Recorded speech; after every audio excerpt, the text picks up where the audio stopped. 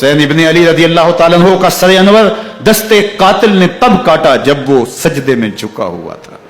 یزید نے کہا میں بیعت لوں گا، امام حسین نے کہا کبھی بھی نہیں دوں گا، یہ سر کٹ سکتا ہے جھک نہیں سکتا۔ سر کاٹ کے نیزے کی نوک پہ چڑھا دیا گیا، اور یہ اس بات کا اعلان تھا کہ ہم جیت گئے اور حسینی ہار گئے، اور لشکر یزید میں غوغا مچ گیا، نقارے بجنے لگے کہ ہم جیت گئے، دیکھو امام حسین شہید کر دیے گئے، اور سر کاٹ کے نیزے کی نوک پہ چڑھایا گیا۔ لیکن لشکر یزید سے یہ آواز آئی، یہ کیسا سر ہے جو کٹ کے بھی سر بلندی ہے، کٹ گیا ہے پھر بھی اونچا ہے۔ اللہ اکبر، یہ سر سجدے میں کٹا ہے، رب کے حضور عبادت کی حالت میں کٹا ہے۔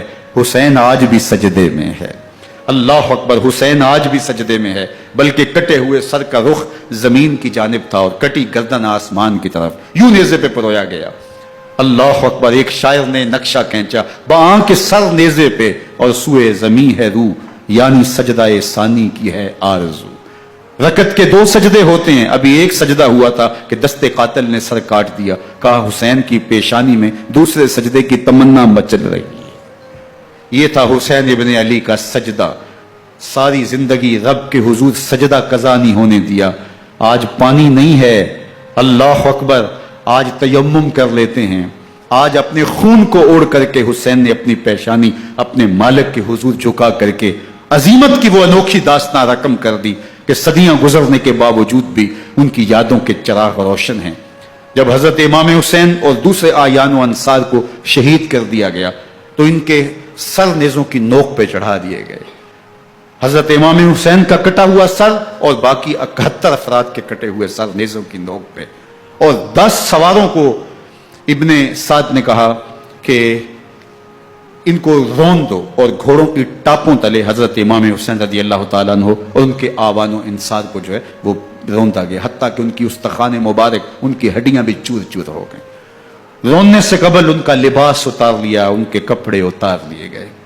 اللہ اکبر، کیسی دردناک گھڑیاں تھیں۔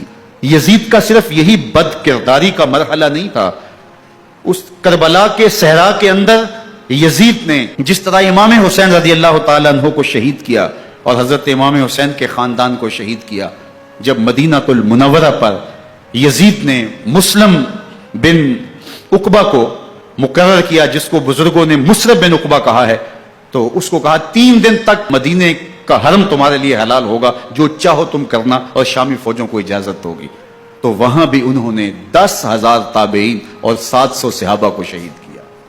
حضرت ابو سعید خدری رضی اللہ تعالیٰ عنہ گھر سے باہر نکلے، کافی بوڑھے ہو چکے تھے، تو انہوں نے حضرت ابو سعید خدری کو پکڑ لیا، کہا تم کون ہو؟ کہا مجھے ابو سعید خدری کہتے ہیں۔ تو کہا ہاں تمہارا نام سنا ہے، اور داڑھی سے پکڑ کے کھینچا اور کہا کہ ہے تمہارے پاس جو ہمیں دو؟ تو کہا کہ میرے پاس تو کچھ بھی نہیں، میں تو فقیر آدمی ہوں۔ تو ان کے گھر ان کو لے گئے، تو 2 کبوتر رکھے تھے حضرت ابو سعید خدری نے، تو وہ کبوتر لوٹ کے لے گئے۔ اللہ اکبر، حضرت ابن سنان رضی اللہ تعالیٰ عنہ کو جو حضور کے علم بردار تھے فتح مکہ کے دن، ان کو ستو پہلے پلائے اور پھر ان کی گردن کاٹی گئی، اور کہا یہ ہے وہ ستو جو تم زندگی میں آخری بار پیو گے۔ ایک گھر میں داخل ہوئی شامی فوج، تو ایک خاتون کے ابھی بچہ پیدا ہوا تھا، اور قابلہ نے، دائیا نے وہ بچہ ماں کی چھاتی پہ لٹایا، اور وہ ماں کا پہلا دودھ پی رہا تھا۔ تو یہ جا کے کہنے لگے نکالو تمہارے پاس جو کچھ ہے۔ تو اس خاتون نے کہا تم جانتے ہو یہ بچہ کون ہے؟ تو انہوں نے کہا ہم نہیں جانتے۔ کہا یہ حضرت ابن ابی کبشہ انماری رضی اللہ تعالیٰ عنہ کا بچہ ہے، اور یہ وہ صحابی ہیں کہ جو بیت الشجرہ کے موقع پہ حضور کے ہاتھ پہ بیعت کرتے ہیں۔ انہوں نے اس چیز کا لحاظ نہ کیا کہ جو کچھ ہے وہ ہمیں دو، ورنہ تیرے بچے کو نہیں چھوڑیں گے۔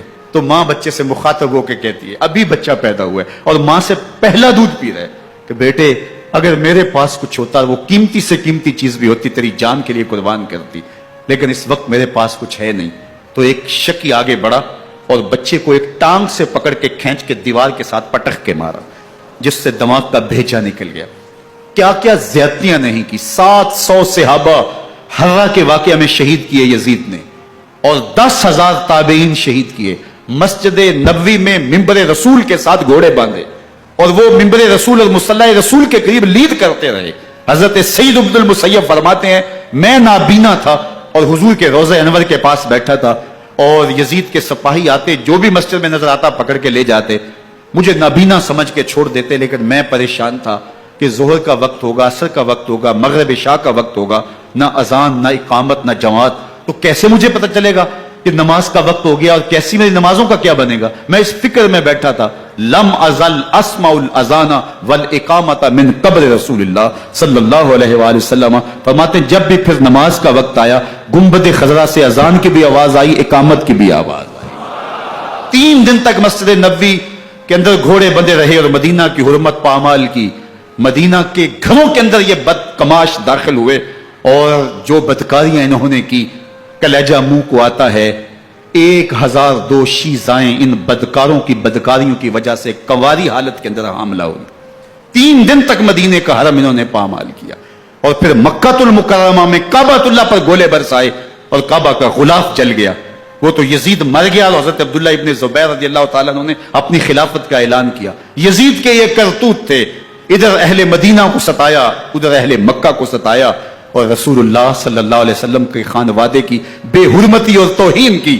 نہ صرف انہیں قتل کیا گیا، ان کی لاشوں پہ گھوڑے دوڑائے. ابن سعد اور شمر جو ہے وہ خیموں میں داخل ہوا اور مخدرات اسلام کی چادریں چھیننے کی کوشش کی.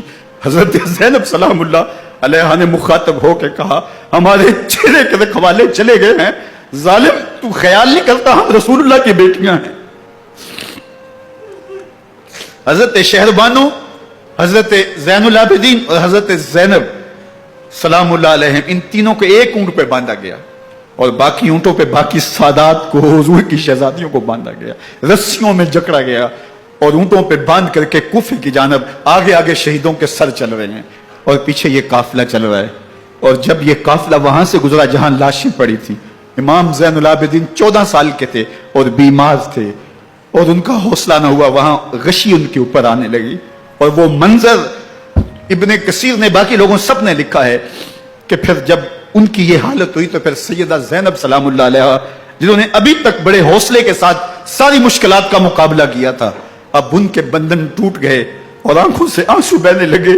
اور سیدہ زینب تھے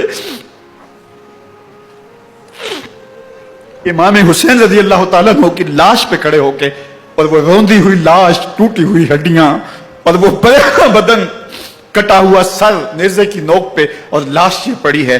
تو حضرت سیدہ زینب نے مدینے کی طرف منہ کر کے جو ہے وہ حضور سے فریاد کی، یا محمد آہو، یا محمد آہو، ھذا حسین بالآراء مزمل بالدماء، یا محمد آہو بناتوں کا سبایا. رسول اللہ، اے پیارے آقا، یا جدہ ہو، اے ہمارے نانا محترم، یہ دیکھیے آپ کا حسین پڑا ہوا ہے. بدن سے کپڑے اتار لیے گئے، خاک ہوائیں اڑا رہی ہیں اور اس کے اوپر چادر جو ہے وہ مٹی کی پڑ گئی ہے. حضور آپ کی اولاد کاٹ دی گئی اور پھر کہا بناتوں کا سبایا. حضور دیکھیے آپ کی بیٹیوں کے ہاتھ باندھ دیے گئے ہیں، اونٹوں پہ کس دیا گیا ہے.